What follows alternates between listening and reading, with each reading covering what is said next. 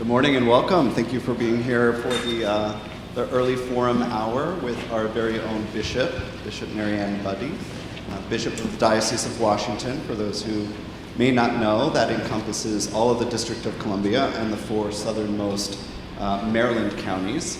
So she's a busy bishop, which means that the 86 now worshiping communities across the diocese, it's her role to visit us. And her schedule is such that we get to see her every 3 years.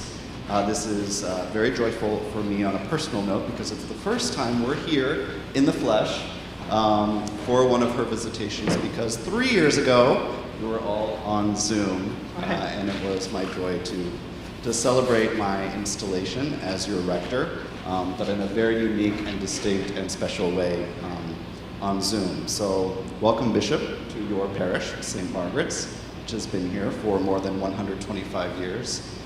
She's going to speak to us in this hour, probably with some time for questions near the end. And I'll say this when everyone's here prior to the liturgy, but wanted to share a pastoral note with all of you. Our arguably longest member, meaning she joined the parish when she was 5 years old, and she died very early this morning, Edith Scott, at 98 years old. So a member for 93 years, holding her in our hearts, giving thanks for Helen, who is upstairs practicing in choir, and Gabrielle Jaja, who is still at Thomas Circle Apartment, waiting for the funeral home to arrive. Gabrielle and Helen ministered to Edith at her time of death overnight. They got there around 4:30 in the morning, sat with her, prayed with her, insisted that after she had died, the paramedics not rush her away so that they could spend time with her there. A beautiful ministry. We will pray for her together at the beginning of the service, but hold her in our hearts and wanted you all to know. So with that, Mariann.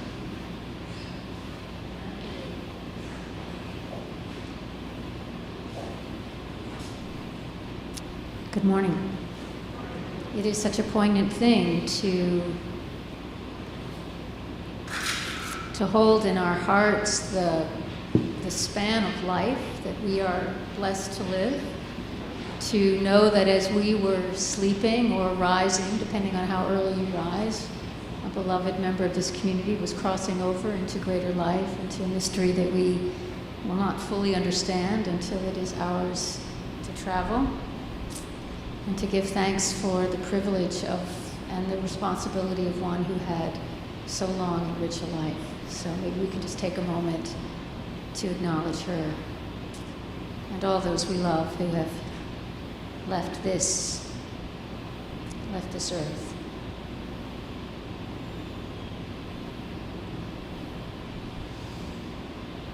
And we entrust them to your loving care, gracious God. Amen.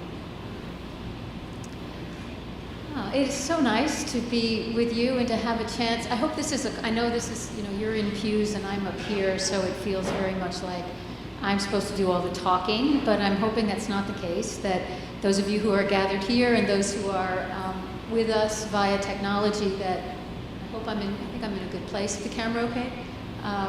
Thank you. That we can have a bit of a conversation about something that we are all aware of, or that we are all a part of, regardless of how conscious we might be in a given moment, and that is just thinking about the arc and the seasons of our lives. That's what I'd like to reflect with you about, and what it feels like, or what it can do for us when we are conscious and intentional and aware of where we are in life. But before I do that, I'm going to practice something on you. I was having a conversation with your good former senior warden and member of this congregation, Mike Armstrong, this week, and he's also now serving on the diocesan council. And we were talking about communication and how to talk about how I might describe I'm going to give you my elevator speech, okay, about what it means to be the Bishop of the Diocese of Washington, and then just see what you think. Right? This is okay. So first of all. As Richard said, diocese is a geographic region In our case, the District of Columbia and 4 Maryland counties, actually 1 to the north, Montgomery County, Prince George's, and then 2 to the south, Charles and St. Mary's. We were carved out of the Diocese of Maryland back in the 18th, right around the time after St. Margaret's was built. So you were once part of the Diocese of Maryland, you're now part of the Diocese of Washington.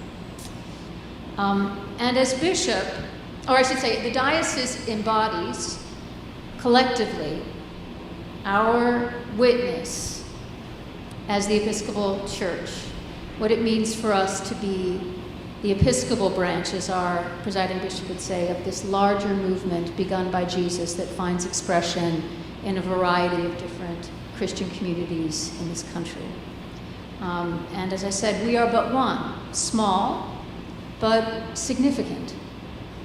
We are among those who cherish ancient spiritual rituals and traditions, such as the worship service we will enjoy later this morning. But we also hold a particularly generous view of God and of Jesus, in that we are open to spiritual insights and truth wherever they come. And while at the same time we hold to core Christian beliefs and the beliefs about Jesus and his teachings. So we have this very interesting combination of loyalty and love and faithfulness to ancient traditions, while at the same time living in our world with a great humility and appreciation for the many ways that God is revealed to us, while at the same time seeking and sustaining our commitment to follow Jesus in this world. So that's the Episcopal writ large. And as the bishop, I have the privilege and the responsibility of stewarding our collective witness, strengthening it in whatever way I can. And I don't do that alone, but I'm as my kids would say when they were little, I'm the top guy, right?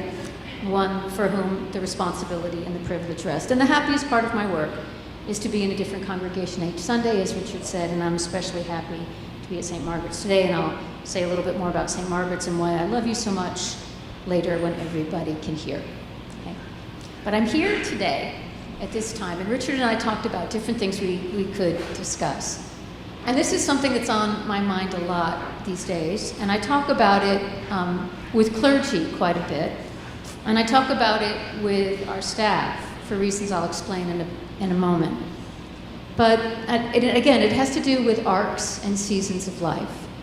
So let's just start with the simplest frame for us right now, because we are about to begin a particular season in the calendar year. Right? We are about to enter the summer. Summer is a 3-month period of time. For us in the Northern Hemisphere, it represents a dramatic time of increased light, which changes our experience of every day. And for some people, not everyone, but for some people, the summer also represents a pretty dramatic shift in life rhythm, depending on work, depending on family. For others, it represents none whatsoever, right? But for some, it's a really different season of time. And for others, it simply coincides with other things that are happening in their lives at the time, right? For example, my son called us this week, and he had a great day at work, and at the end of the day, he was told he was laid off. And he has 3 months severance. So guess what his summer is going to be like, right? Right? But suddenly, he is in an arc of time. It coincides with the summer, but do you hear what I'm saying? Other people might have received a diagnosis that will define their life this summer. Do you hear what I'm saying? So I'm just asking you, each one of you, to take a moment, and I invited people to reflect on a piece of paper if you want to. It helps me sometimes. Just to think about from May to, say, Memorial Day to Labor Day. Just think about that in your life. And what are some of the things that you know to be true that you expect to be true, I should say, about your life between Memorial Day through Labor Day. Okay? Just anything at all. Just think about that for a moment. Then I'm going to ask you what some of those might be. So if you are willing to share.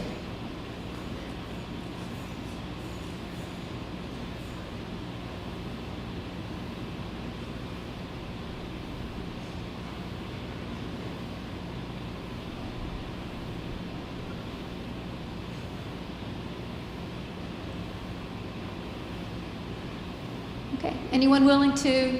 Yes. I will be spending time swimming in water. Swimming in water, outdoor water. So that's a particular summer experience. Yes. Yes. And I have a feeling that holds some importance for you. I mean, that's a big deal. I look forward to it. Yeah, you look forward to it. Yes. I thought he was going to say, our children are from college. Children home from college, another summer experience. Yes. Anyone else?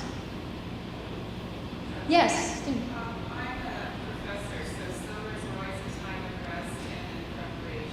So for professors, anyone in academics, it's often a time of real rest, but also preparation for the next season. Anyone else? Yes. It's a time of music festivals, so I just can't say festival. Yes, it's a time of festivals, outdoor festivals that you intend to enjoy, particularly after a time when many of those may have been postponed or canceled. Being together, being in community. We had it a little bit last year, but there is really a sense that those traditions are returning, right?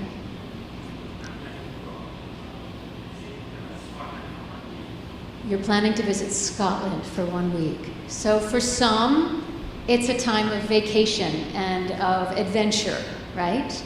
Right? Okay, so now I'm going to ask you to put on your spiritual, to add the spiritual lens to this time. And in some spiritual practices, this might be called setting an intention, right? If you were to set an intention for the summer, in other words, what, if anything, you would like to be conscious of, intentional about in the summer months. Another tradition might invite you, or would invite you, does invite you to pray for a particular grace this summer, for God to reveal or to be present to you in a particular way. Or if there's something that you're anticipating that you have some hope or anxiety about, for guidance as you face into that. No?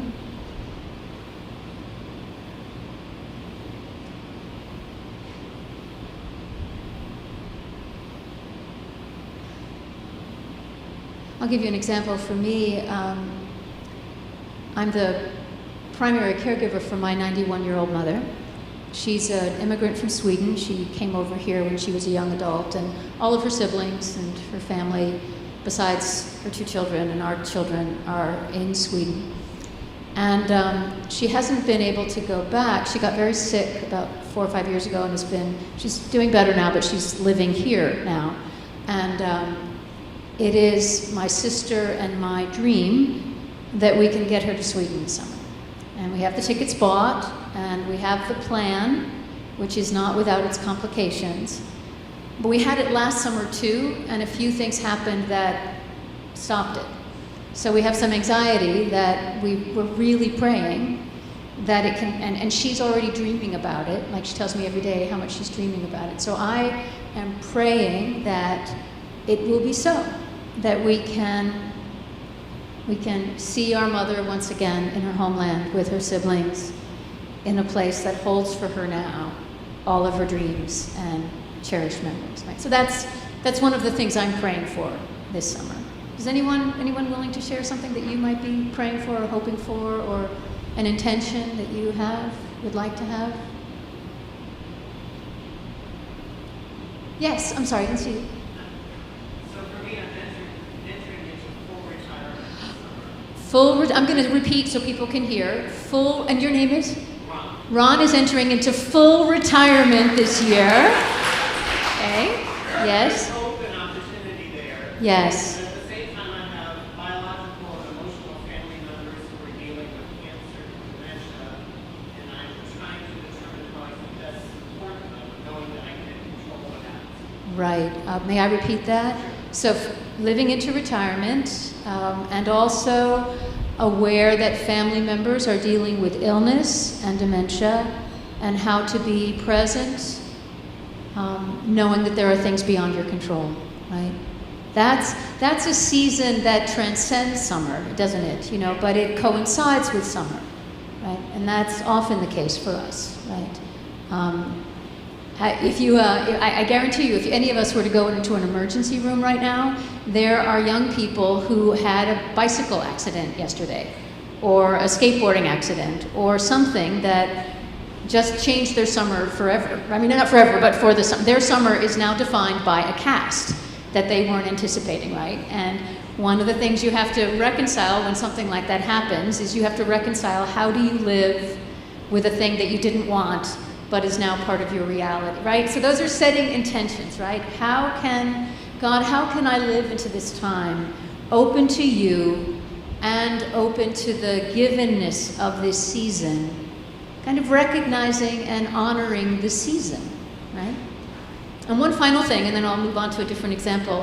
What would you like to be true? What would you like to be able to say about your summer on Labor Day, right? So if you were to look back, and to be able, and it's just like, what would you like to say when we're all back here on that Sunday, when we're back after whatever the rhythms are of the summer? What would you like to be able to say? Yes, Linda. I'm taking my family to Ireland this summer to celebrate my 80th birthday. Okay, Linda's taking her family to Ireland this summer to celebrate her 80th birthday. And my hope and prayer is that each of the 12 members will be true to themselves. And her prayer is that each of her family will be true to themselves. 12, you're taking 12 family members to Ireland, right? So to be able to look back on that experience with joy and a sense that each person was true to themselves. What a lovely intention and hope. You get the idea, right? And one of the things about being Christian and following what we call the Christian calendar is that virtually every season around the sun also gives us a spiritual lens through which to look at our lives, right?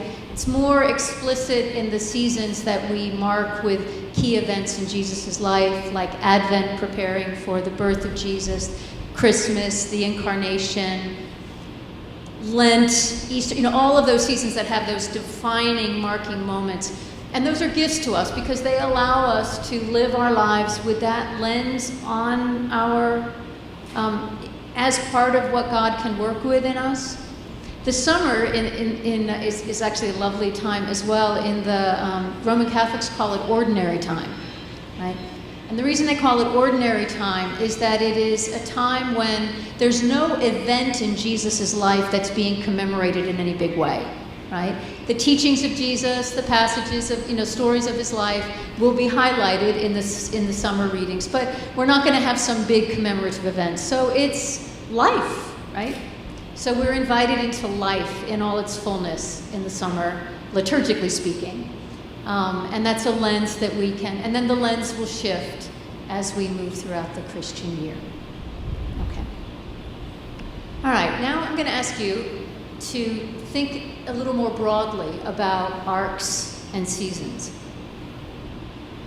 Some of you have already alluded to this in terms of retirement or other rites of passage regarding work and vocation, but let's just start there.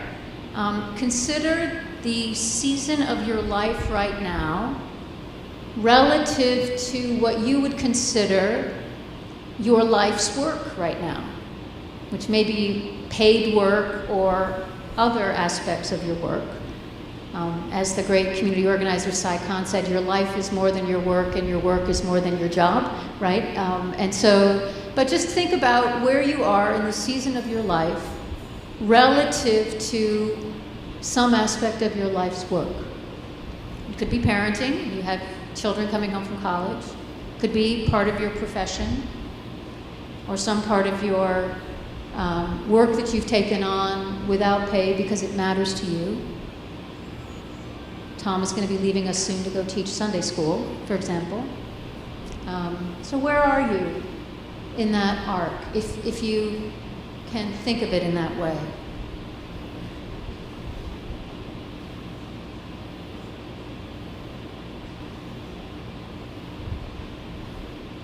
And how far can you see?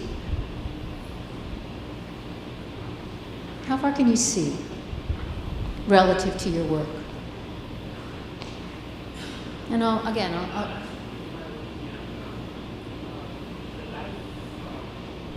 I'm going to give you the microphone so people. I just say what a little bit of knowledge I have in my opinion. In my opinion, when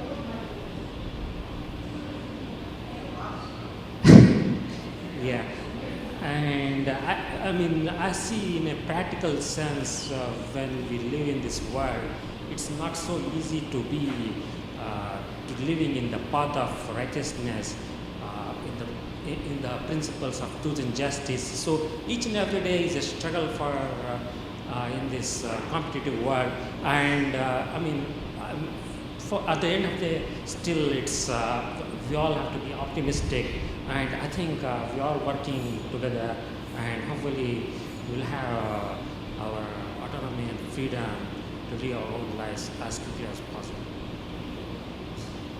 So to recognize there are lots of things beyond our control, and we do our best each day to live. And I totally resonate with that. Let me give you some examples just, again, from situating in my life. I am 63 years old. I'm in my 12th year as your bishop. So there are, and I've been ordained as a priest for 34 years, right? So there are certain things that are possible for me now in the arc of my vocation, certainly with you as bishop, that were not possible for me when I first began, because I've been around the sun with you 12 times, and we've learned some things together, and I've made my share of mistakes, and I've learned from them. Do you hear what I'm saying? Like, I'm in a season of leadership that is different than some of the seasons I had before, right? And I dare say that most of you who have been around the sun as many or around the same amount of time would say the same thing about wherever you are in whatever work you're in. I'm also a mom. My children are in their 30s, a very different season of parenting than when they were coming home from college or when they were young, right? But I'm still a mom. Still my work, it's just different. And as I mentioned, I'm caring for a mom, also different. So what does that tell me about the season of my life now?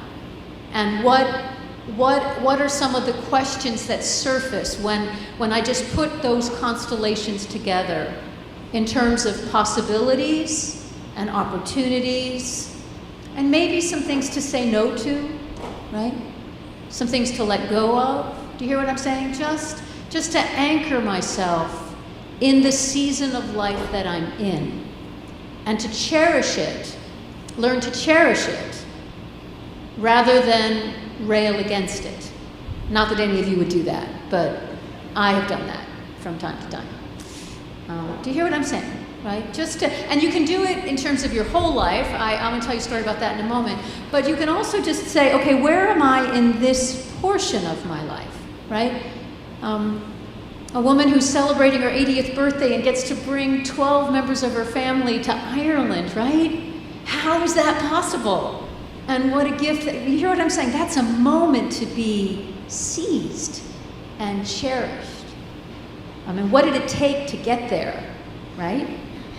And what will it be like afterwards? Do you hear? So just to have a consciousness and a thought about, okay, where am I? And how far can I see? Because vision is a big part of where we are in a season of life, right? I have lived seasons, both I'm speaking of ministry now, and Richard may remember this from a time we talked about this with clergy, but I often ask clergy to anchor themselves just in this way so that they can get a sense of what are both the possibilities and the opportunities without getting too far ahead or missing something because they want to be somewhere else, right?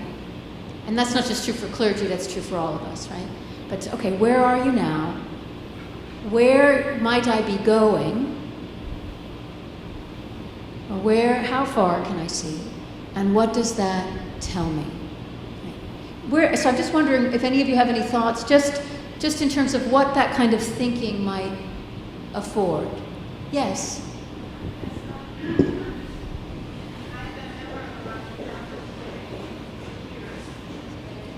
Hi, my name is Susan. I have been a Roman Catholic, and I was a lay minister. I'm a hospice chaplain, and I took early retirement a number of years ago, and now I'm finding I'm coming out of that, and I'm searching for a ministerial role in the Episcopal Church. I'm in the process of joining, and it's uncertain. You know, I'm finally saying yes to God about a number of things, but I can't predict what's going to happen.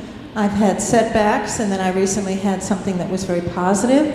So it's how to be where I am, but also look forward, but not be constrained about a certain outcome, even though I really want a certain outcome, but to trust in God's movement in my life. That's a wonderful example, right? What I hear you saying is taking all of your past experience in life, you laid something down, you've opened yourself to new possibilities. Some things are within your control, and you've mentioned something that we all have to deal with. A whole lot is not in our control, right?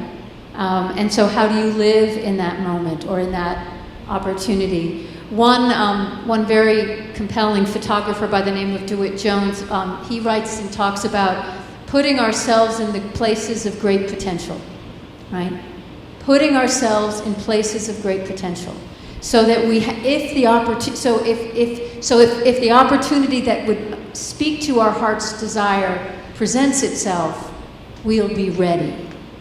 But you can't fake getting ready. You know, sometimes getting ready requires years, right? But you put yourself on the path. You put yourself in places where you can grow and learn and be open, and then you present yourself. Right? You also lead to something that I think is important, which is having some sense, and this goes to sort of core identity and purpose. Like what you feel on some level, sounds kind of audacious, but like what you're here to do, right? Like what's your life for? Or another, what are the gifts and the offerings that you have in this life? And how have you found yourself being given opportunities to express them, which gives you a sense of what might be up ahead, or what your heart's desire is. And then, and this is the poignant thing about the lack of control, which is, what if you don't get the path that you long for? Does that negate all of that inside you? And it doesn't. It just means that you might need to find expression of that in another way, right? I mean, I think about all the people who have been displaced by war, for example.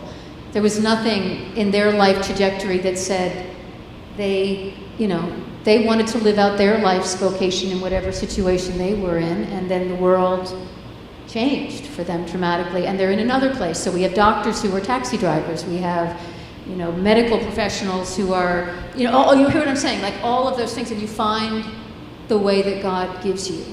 But that doesn't mean if you have an opportunity to place yourself there that you shouldn't do it. You shouldn't try for it. That's really wonderful. Thank you. Anyone else have a thought? Yes. Patty?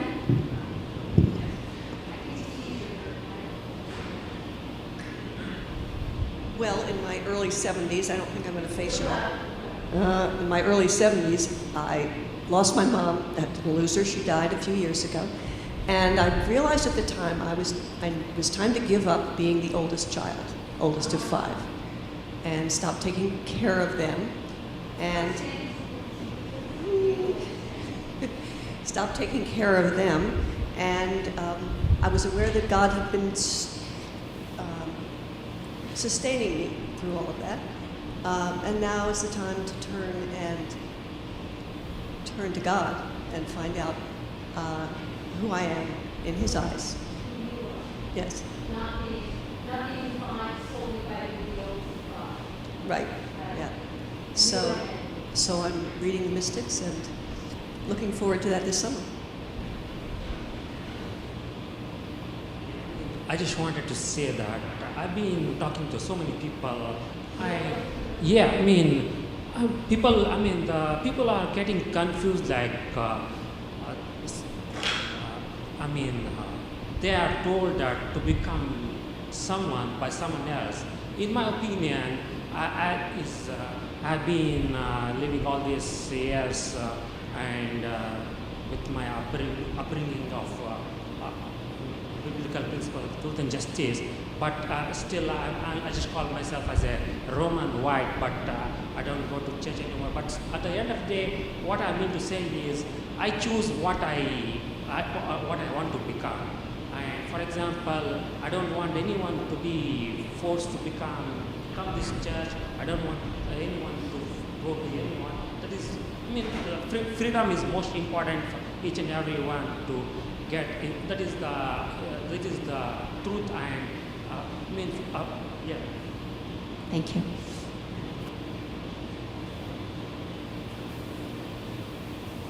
So why are we talking about this?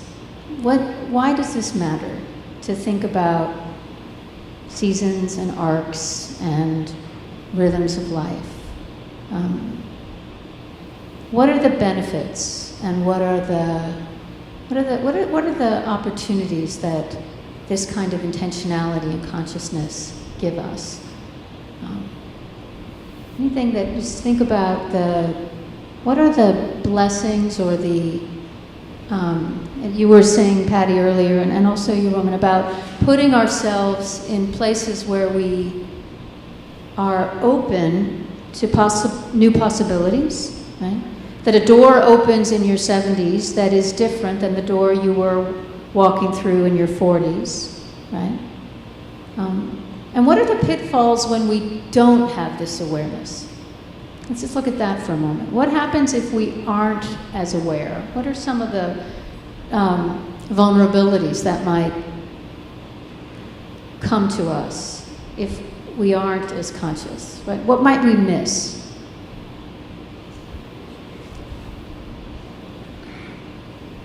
I think if we're not aware, we miss moments of joy.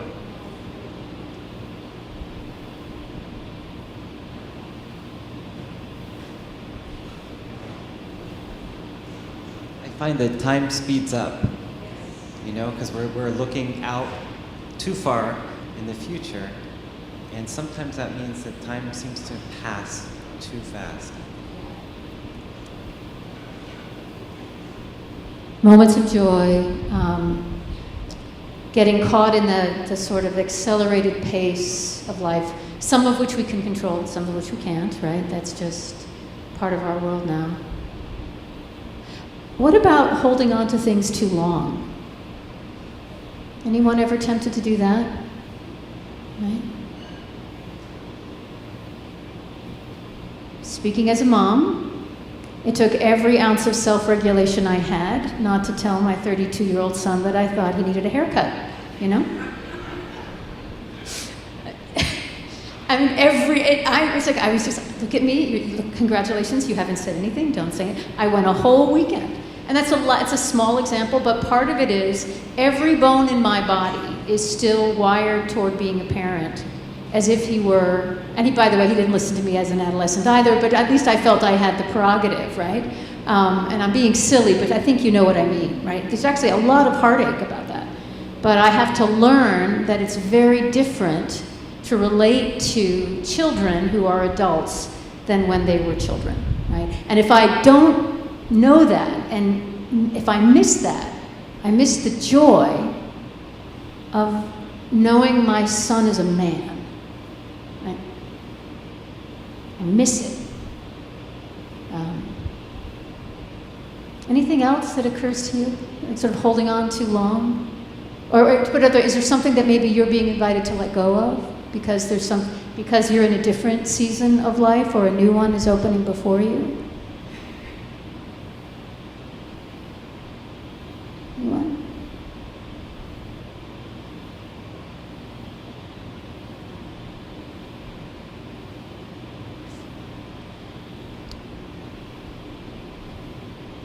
One of the things I'm aware of in this stage of my life and ministry, and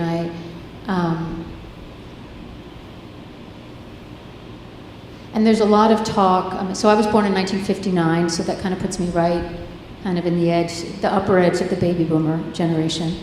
And there's a lot of talk about what the world's going to be like when we're gone, right?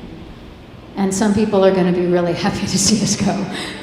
The universe might be really happy to see us go, but there's a real consciousness that this enormous generation is, passing through the life cycles, and every time we do, we create lots and lots of ripples because we were so big, right? And one of the interesting things about moving into our eldership, and this is true for any elder, is that learning what it means to be an elder, right? Which is a different role than being in charge. Okay? And how to embrace that role and to delight in those coming up behind us and to see our role in relationship to them in a supporting cast role rather than the one calling the shots, right? That's a generational expression of that.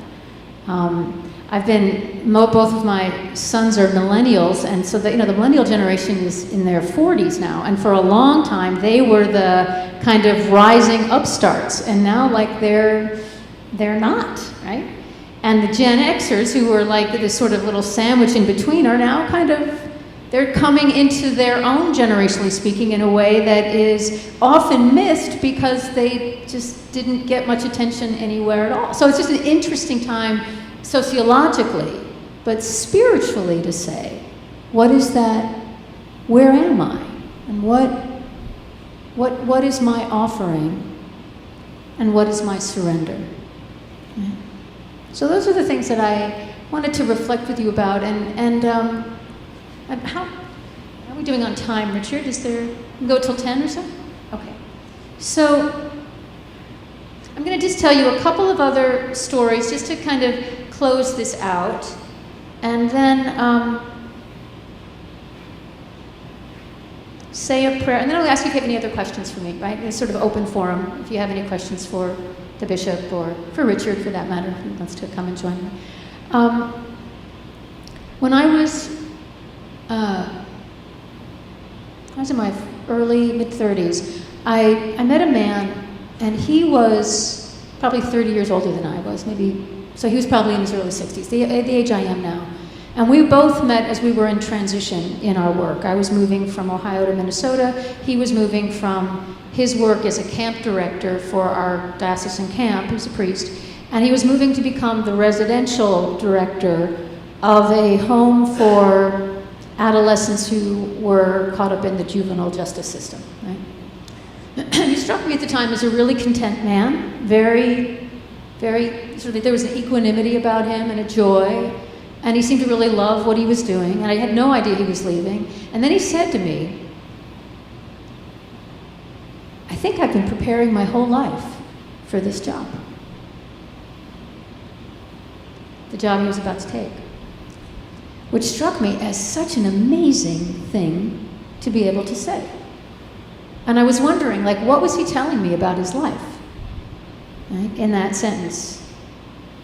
What was he telling me? About maybe his own childhood, about his own acquaintance with trouble, about what he thought he was. And I thought, what does it take to be able to say something like that? Because you don't just get to say that.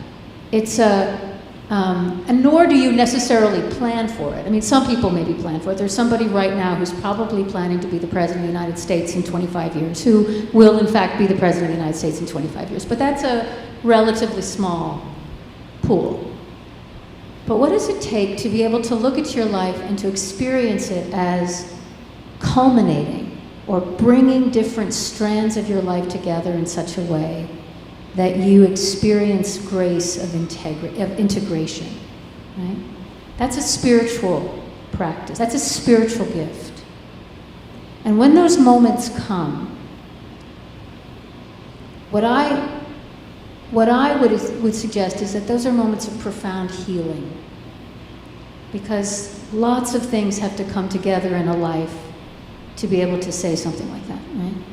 And I believe that when we cross over from this life to the next, that it's not gonna matter if we have all of the pieces wrapped up in a little bow about our life. I don't think God cares about that. But part of the promise of what lies beyond is that all of it gets taken up into wholeness and healing. And I wonder if we get glimpses of that whenever we're blessed with experiences that allow that to experience on this side of heaven, right? When pieces of our life come together and are healed and brought into a tapestry that is unified. And you can't force that, right? I was listening to him saying, I wonder what it would be. I was 30 years younger, like, I would love to be able to say something like that. And I knew I could not say that then, right? There was nothing about my life that felt integrated in that way then. But I thought, wouldn't it be amazing to be able to say that? And one of the things it taught me was hold on to all the pieces with love, even if they don't fit. Even if you can't reconcile them, hold on to them and offer them to God, and just keep them in your identity for the possibility that that might come, right? And I believe that that's part of the promise of the Christian life, that we're given glimpses of those possibilities that allow us to carry on with all of the grief and unpredictability and challenge of our world. Any thoughts or reflections about that?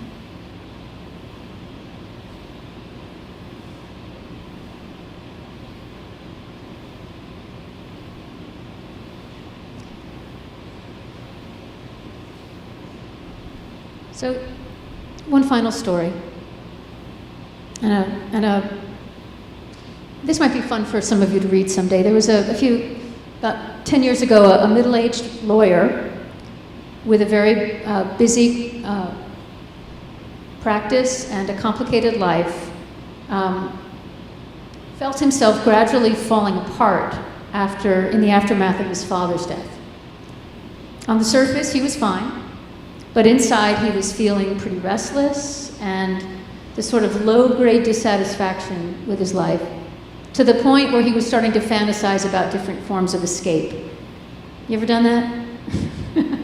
I wonder what would happen if I just drove and didn't stop, right? So a friend who happened to be a priest suggested that he take up a simple practice of reading some spiritual text at the end of the day and to say a prayer. It was all that, just read a little bit of a spiritual text and to say his prayer. And to the lawyer's absolute amazement, that practice began to change the outlook of his life. And the spiritual text that he chose was the Rule of Saint Benedict, which is this ancient monastic rule from the 6th century. But that's the text he chose.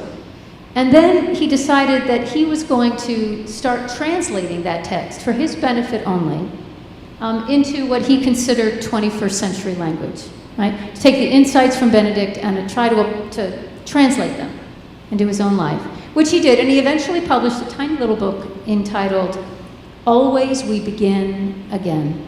You've read it? Yeah. It's a lovely book. Very simple book. But this is the first, I'll close this section with this first entry. And it's called Each Day. And I can send you a copy of this if you'd like to have it afterwards. At the beginning of each day, as we open our eyes to receive the light of that day, as we listen to the voices and sounds that surround us, may we resolve to treat each hour as the rarest of gifts, and be grateful for the consciousness that allows us to experience it. Recalling in thanks that our awareness is a present from we know not where or how or why. When we rise from sleep, let us rise for the joy of the true work we will be about this day, and considerately cheer one another on. My favorite line. Part of our work is to cheer each other on. Life will always provide matters for concern. Each day, however, brings with it reasons for joy. Each day carries the potential to bring the experience of heaven. Have the courage to expect good from it. Be gentle with this life and use the light of life to live fully in your time. Isn't that beautiful? Like I said, I'll send it to you, Richard, if you like, and you can pass it on. That idea of like living fully in the moment that we have. Okay, so here ends the official presentation. Anyone have any thoughts or questions about anything at all that you'd like to discuss in the time we have left? Yeah, Diane. So thank you for all that you said, and it resonates with me and myself as a parent of 30-somethings. But I wonder what advice you would have, and I don't see actually very many of them here, but we do have members of our church who are 30-somethings, who are not looking back and are probably looking forward. Do you have advice in terms of this life pattern that you're talking about, this season that they're in? You've touched a little bit on that, about where would you be in 25 years, but how do they live into this season of life?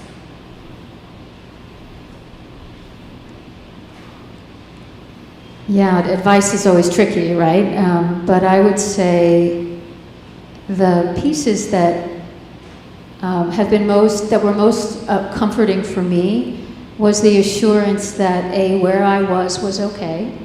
You know, that just like that these were the questions, these are the tasks, these are the responsibilities to live that life. But also, there are certain seasons in life where we have a sense that if we have a hope, that was the question I was saying about how far you can see. If we have a hope to get from here to there, to start moving toward that with some intention. And a story I actually meant to tell, but I forgot, so let me just tell it now, is a woman in her mid-30s, a woman who was in the parish I served in Minnesota. She had left, got out of the house. Her goal in high school was to get out of her parents' house as quickly as possible. So she graduated high school, her grades weren't great. She got a job working in an office and wound up working her way through that office from some, entry-level administrative to sort of running the office staff of a growing company. She married young, they had children, and with the birth of her third child, she found herself in a different mindset. She was in a very different place. And some things started to happen to her in her thoughts. And she came into my office one day and she said, I've decided that I'm going to become a nurse. It's what I have wanted to do all my life, and I have decided I am going to become a nurse. Now, her name is Cindy. Cindy had to go, she didn't finish college, right? So for her, becoming a nurse meant like night school, remedial classes, before she could even apply, while she was raising 3 kids, right? Before she could even apply. And then going to nurse, you know, hear I'm saying, like, this was not like, I'm going to go to Starbucks and buy a latte. This was, I am going to become a nurse.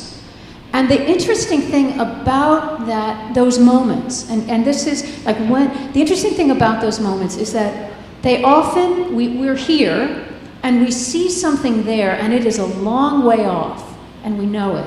But the only way we're going to get there is by, and sometimes preparation actually means taking a step backward before we can go forward. Sometimes it's one step forward, two steps back. But I think it's the sense of like when you're given whatever glimpse that is, to recognize, and everyone else, and the other thing is that you say it, and then everybody else forgets it, because they're just watching you do your thing, right? And she was still showing up at church, and she was doing all this stuff.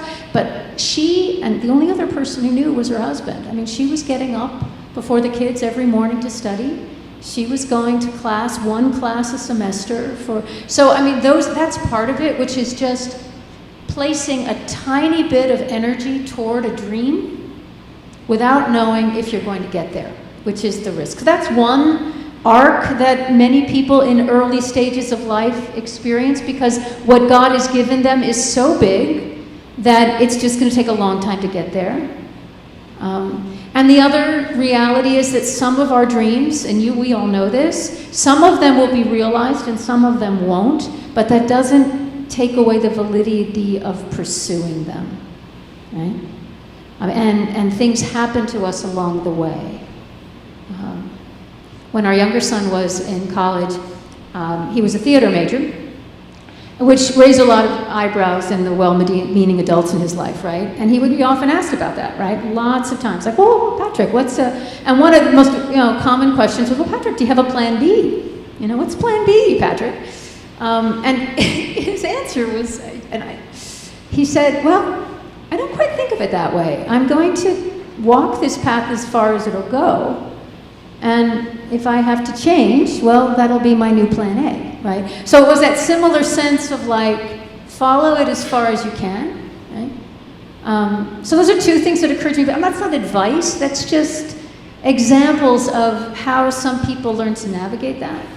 I think we always need people who are further on the road, whatever road we aspire to, just a little bit ahead of us, and we need community around us, right? Like those, and a sense that God really cares, really, really cares. Now, those three things, if the younger people in our lives had those things, and that we are cheering them on. Like if you're an older person, and even if you're a sixth grader and you've got a fourth grade sibling, if you can provide wind in the sails of the people who are coming up behind you, you will be beloved in their lives in a way that will, and just as you can remember the people who were like that for you, right? The people that you gravitated toward because they believed in you and they delighted in you. So I would hope that we could be those people for those of us who are older, for the younger people in our world. Thank you. It's a different subject. I'd just like to say thank you to you for being our bishop. And I don't know how to say it other than I'm always so proud of you. And when I open the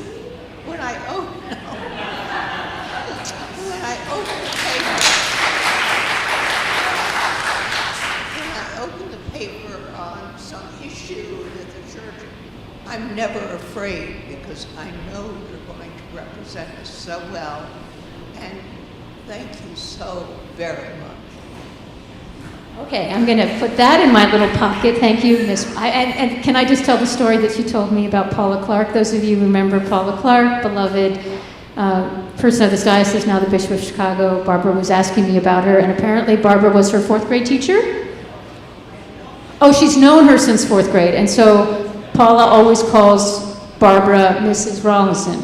So I'm going to tell her that Mrs. Rawlinson asked for her today and sends her love. Because, again, having people who've known you coming up and are cheering them on is like the greatest gift of all, right? Yes? I share the sentiment. I'm going to ask you one that was hard for me. My board asks me, the organization I lead, but knowing you might be led in different ways, as you pray, in this season of your ministry, what are your greatest hopes for the diocese that you have? Well, it's easy and it's hard. The hard part, it hasn't changed. My hope for the diocese has always been that each congregation in the diocese that currently exists can adapt and thrive in the environment that you find yourselves in now, which is very different from the environment that was here when St. Margaret's was established.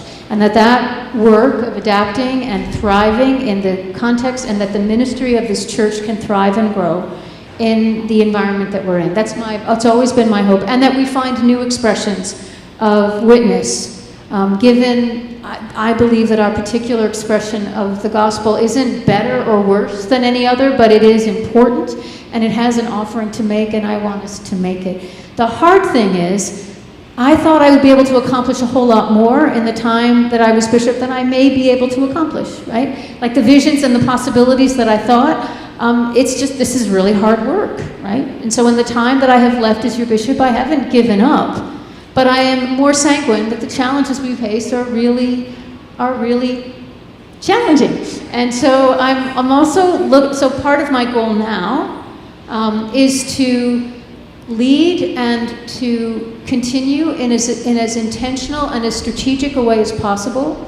I'm also working really hard to raise up younger leaders, right? Because I want the generations coming up behind us, behind me, to be well-positioned, mentored, and guided. So I'm both lay and ordained. So those are two things. But it's the same, and that we might know joy, right? That we might be a joyful people. So thank you for allowing me to answer that.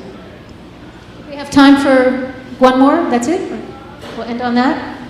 Okay, well, thank you for being such a lovely conversation partner. I'll see you in church.